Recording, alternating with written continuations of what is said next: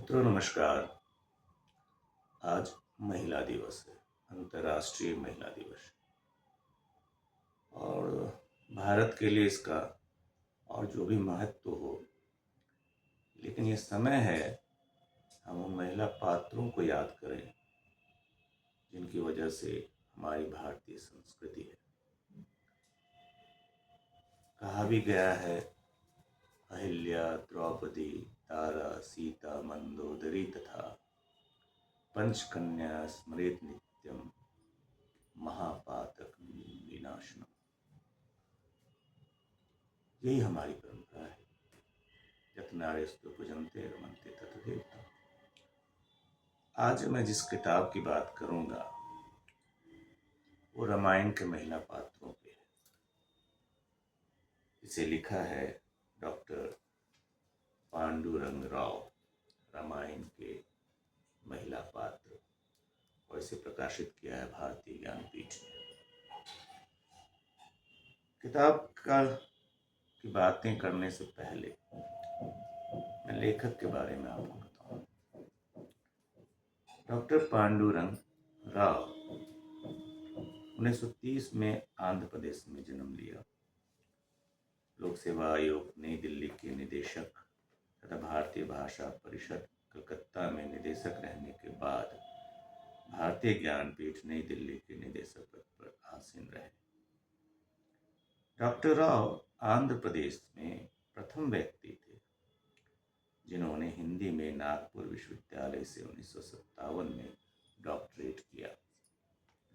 शैक्षणिक प्रशासन और विभिन्न साहित्यिक संस्थानों के तकनीकी परामर्शदाता और मानद सदस्य डॉक्टर राव की संलग्नता निरंतर लेखन कार्य में बनी रही।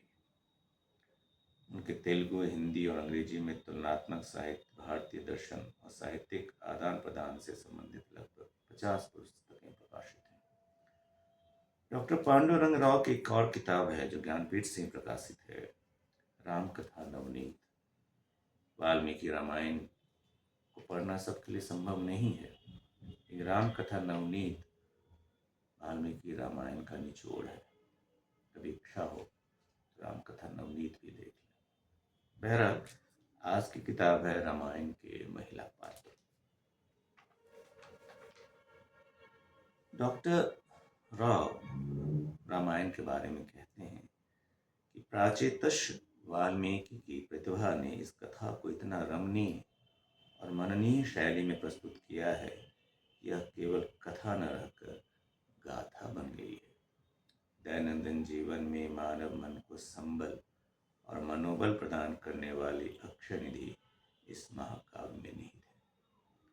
रामकथा के पात्र केवल कवि कल्पना के प्रसूत कमनीय पात्र नहीं है, बल्कि जीवन के प्रत्येक क्षण में हमारे अनुभव में आने वाले यथार्थ और मननीय पात्र हैं। जैसे गीता कहने मात्र से श्रीमद् भगवत गीता का और सहस्त्र नाम का उल्लेख करने से श्री विष्णु सहस्त्र नाम का बोध होता है, उसी प्रकार रामायण से केवल वाल्मीकि रामायण का ही बोध होना चाहिए, क्योंकि रामायण शब्द वाल्मीकि की निजी उद्भावना है। आश्चर्य की बात यह है कि सीताराम के जीवन में सुख शांति कहीं दिखाई नहीं देती। केवल दुख ही दुख है, विषाद ही विषाद है। लेकिन इसी विषाद को दोनों की लोकोत्तर चेतना ने प्रसाद के रूप में स्वीकार किया है। विषाद और प्रसाद में बदलने की इस लोकोत्तर साधना में जानकी और दाशरथी का सारा जीवन समर्पित रहा। रामायण इसी समर्पण की स्वर लहरी है, जिसमें दोनों के स्वर समाहित और समेकित हैं। आज जिस तरह से वैवाहिक जीवन में क्लेश है, दुख है, आत्महत्याएं हैं, तो सीताराम का जीवन तो हमेशा दुख में ही रहा। क्या इस जीवन से हम प्रेरित नहीं हो सकते? अकाल की मौत नहीं रुक सकती। सीता के पात्र पहला विषय है। उससे पहले डॉक्टर राव कहते हैं कि रामायण शब्द का दो तरह से विग्रह किया जा सकता है, राम का यन और रामाकायन। इससे रामायण का अर्थ बनता है राम और सीता का समन्वित अयन, अभियान या चरित्र। राम कथा में जानकी को भी राम के समान महत्वपूर्ण स्थान प्राप्त है। वाल्मीकि ने राम में नर की कल्पना की है, किसी देवता की नहीं। एक आदर्श पुरुष के रूप में राम की व्याख्या है वाल्मीकि रामायण में। सीता के व्यक्तित्व के बारे में डॉक्टर राव लिखते हैं, उनके व्यक्तित्व का सबसे अधिक रहस्यात्मक पक्ष बालकांड में उनकी आश्चर्यजनक चुप्पी है। वाल्मीकि द्वारा चित्रित जानकी विवाह के अवसर पर या उससे पहले जनसाधारण के सामने एक शब्द भी नहीं बोलती। वाल्मीकि रामायण में जानकी पहली बार तब बोलती है जब वह वनगमन के अवसर पर राम के साथ जाने की अनुमति चाहती है। बहुत समझाने पर भी जब राम उनकी बात नहीं मानते हैं, तब वह एक अकाट्य तर्क प्रस्तुत करते हुए कहती हैं, यदि मेरे पिता को पता होता कि राम इतने डरपोक हैं, तो वह आपके साथ मेरा विवाह कतई न करते। इस बात पर राम चुप हो जाते हैं और फिर अंत में उन्हें अपने साथ वन में ले जाने के लिए सहमत हो जाते हैं। इससे यह स्पष्ट होता है कि जानकी स्वभावतः कम बोलने पर भी अवसर पड़ने पर विनम्रता के साथ कितनी दृढ़ता दिखा सकने वाली साहसी महिला है। जानकी के चरित्र का प्रथम और प्रमुख गुण है अपने पति के प्रति अबाध और अगाध प्रेम।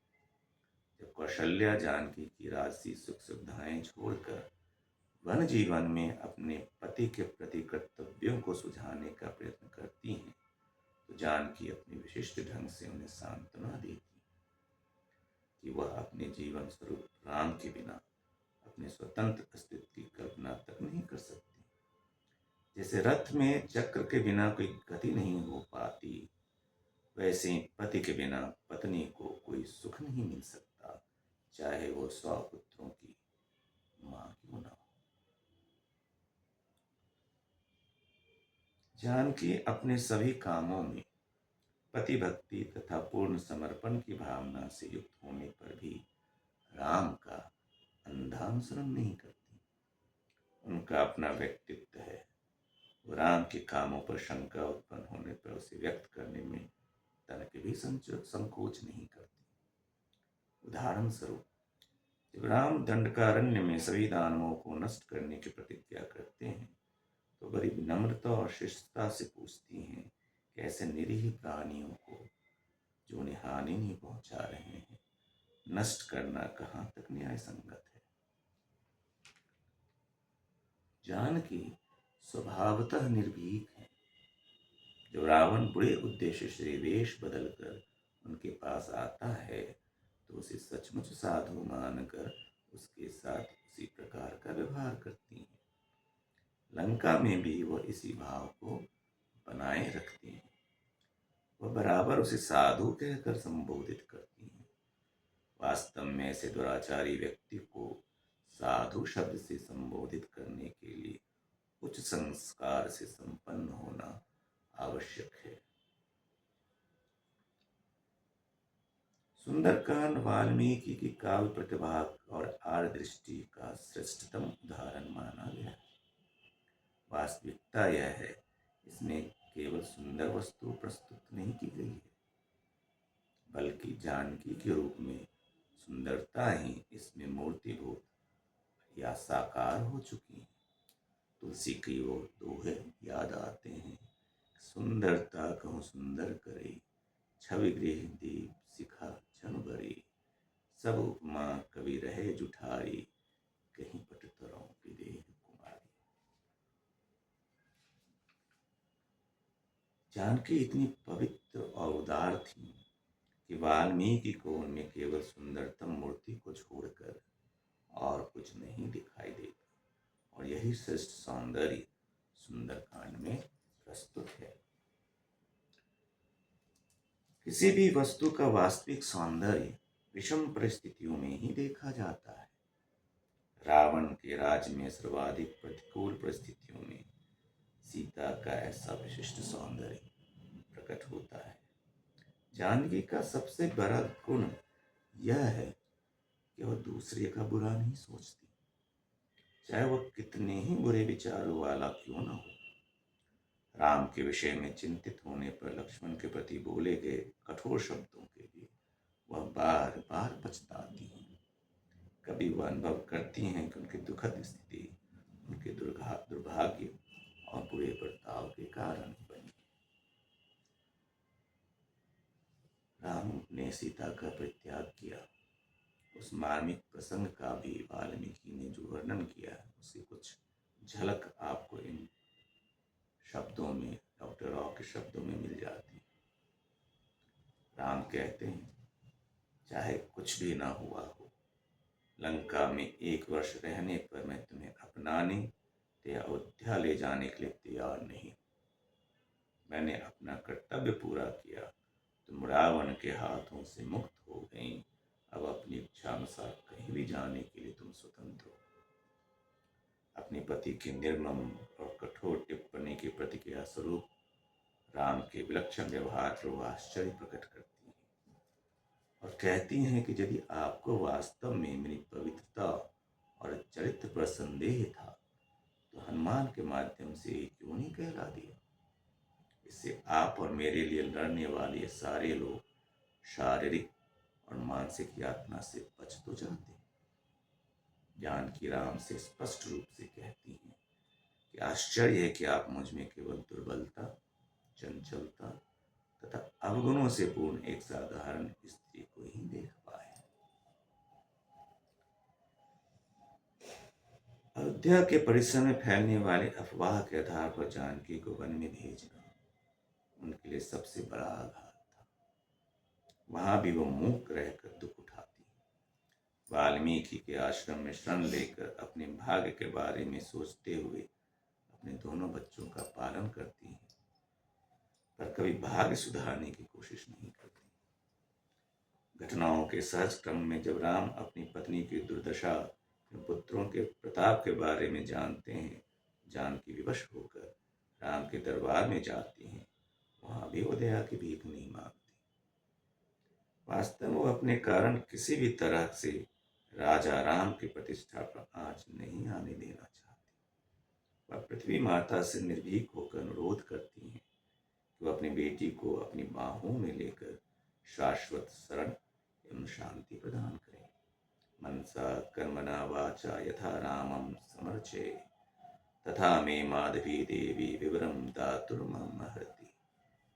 अर्थात यदि मन, कर्म और वचन से मैं राम की अर्चना करती रही हूँ तो पृथ्वी माता मेरे लिए उष्णता और स्नेह से युक्त अपने हृदय में जगह बनाए। जानकी सचमुच वाल्मीकि की अद्भुत और रहस्यमय सृष्टि है, जिसके बारे में तपस्वी वाल्मीकि ने स्वयं कहा है, सीताया चरितम महत्। रामायण केवल राम की ही नहीं बल्कि सीता का भी महान चरित्र है। ये पुस्तक इतनी रोचक है कि मन करता है इसे पूरा ही पढ़ डालो, लेकिन समय अभाव और क्या कर सकते हैं। लेकिन एक चरित्र के बारे में मैं जरूर पढ़ना चाहूंगा, मंदोदरी। तारा और मंदोदरी में बहुत कुछ समानता है। दोनों की गणना प्रातः स्मरणीय 5 महाकन्याओं में होती है। दोनों उच्च पारिवारिक परिवेश में जन्मी वीरांगनाएं हैं, पर वैवाहिक जीवन दोनों का समस्यात्मक और साधना मूलक होता है। साध्वी की सात्विकता से ओतप्रोत व्यक्तित्व होते हुए भी दोनों अपने जीवन साथी की पार्श्विक काम वासना के पंकिल भावना से आतंकित होती हैं, पर लाचार होकर जीवन से समझौता कर लेती हैं। दाम्पत्य जीवन के दावानल में तप तप कर उनका जीवन इतना चमक उठता है कि पति प्राणहारी प्रतिद्वंदी भी उनकी पतिपरायणता की प्रशंसा किए बिना नहीं रह सके। वे सच्चे अर्थों में पति प्राणावीर पत्नी है और पति के साथ चिता में अपने प्राण समर्पित करती है। कन्या के रूप में मंदोदरी का जीवन अधिक आकर्षक और अलौकिक प्रतीत होता है। विश्वकर्मा मैं को उपहार के रूप में प्राप्त हेमा नाम की अप्सरा की वह लाडली बेटी है। हेमा जब स्वर्ग की पुकार सुनकर मंदोदरी मैं को छोड़कर चली जाती है, तब मैं के लालन पालन में मंदोदरी विवाह योग सुंदरी बन जाती है। मंदोदरी को माता की अपेक्षा पिता का वात्सल्य अधिक मिलता है। विषयी रावण का सीता की ओर आकृष्ट होना केवल उसकी भवितव्यता से प्रेरित है, अन्यथा मंदोदरी में किस चीज की कमी है। वह राक्षस राज मैं की इकलौती बेटी मंदोदरी मान, मर्यादा, रूप, सौंदर्य, गुण गरिमा में किसी से कम नहीं है। वो स्वयं इस बात की ओर संकेत करते हुए कहती हैं, न कुलेन न रूपेण न दाक्षिणेन मैथिली मयाधिका वा तुल्या वा ततु मोहान न बुद्ध्यति।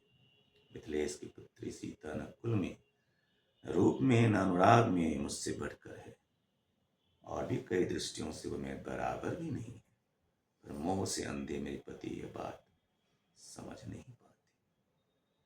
हनुमान जब सीता की खोज में रावण के अंतःपुर के कोने कोने को छान लेते हैं और रावण के सैया गृह में मंदोदरी को देखकर सीता समझते हैं, तो इस धारणा की पुष्टि तो होती है। हनुमान जैसे पारखी को भी वह अपनी पवित्रता से प्रभावित कर सकती है, तो उसका व्यक्तित्व साधारण तो नहीं कहा जा सकता। वास्तव में मंदोदरी के व्यक्तित्व की गरिमा उसके संयम और सहनशीलता में। रावण के मृत कलेवर के सामने बैठकर वह केवल अपने भाग्य और अपने पति के मोह पर रोती है और किसी को दोषी नहीं बताती है। राम के ऊपर में पराक्रम और जानकी के अनन्य अनुराग और कौशल्य की वह मुक्त कंठ से प्रशंसा करती है, लेकिन इससे रावण के प्रति उसके आदर और आभार पर तनिक भी ठेस नहीं पहुंचती। वास्तव में वह कुछ बीती बातों को याद करके अपने पतिदेव के प्रति कृतज्ञता ज्ञापन करती है। रावण की शारीरिक शोभा का स्मरण करते हुए वह कहती है, बादल में बिजली की तरह चमकने वाला रावण का शरीर स्नेह से सना इंद्र नीलमणि की तरह चमकीला और पहाड़ की तरह विशाल है। उसके गले में मोतियों का हार, भुजाओं पर वैदूर्य मणि से खचित आभूषण बाहर घूमने जाते समय और समरांगन में वीर विहार करते समय बहुत ही प्रकाश फैलाते थे।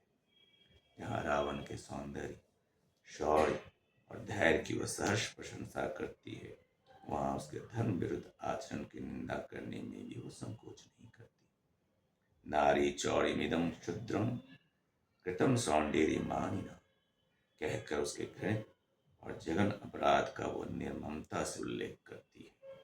पति का पाप पत्नी को भी पतित करता है, इसलिए वह अपने पतन को साहस के साथ स्वीकार करती है। इसका सारा दायित्व वो अपने पति पर नहीं डालती। और क्या कहूँ इस पुस्तक के बारे में। महिला दिवस के इस अवसर पर मैं चाहता हूँ कि हर घर में ये किताब रामायण की महिला पात्र पहुंचे। डॉक्टर पांडुरंग राव की। जाते जाते एक बात उल्लेख करूं कि राम कथा किसी धर्म विशेष या किसी देश विशेष की कथा नहीं है। अगर ऐसा होता तो इंडोनेशिया में पूरे साल रामलीला क्यों आयोजित होता। अगर ऐसा होता तो राम कथा का सबसे बड़ा पार्क ही, राम कथा पे सबसे बड़ा शोध, राम कथा पे मील का पत्थर, राम कथा को एक ईसाई पादरी फादर कामिल बुल के क्यों लिखता। उम्मीद है कि राम कथा हर आत्मा में, हर भारतीय में प्रकट हो, ताकि ये जो चारों तरफ अंधकार है, आत्महत्या का सिलसिला है, वो बंद हो। उम्मीद करते हैं आप राम कथा नवनीत और रामायण के महिला पात्र जरूर घर में रखेंगे और उसे पढ़ेंगे। बहुत बहुत धन्यवाद।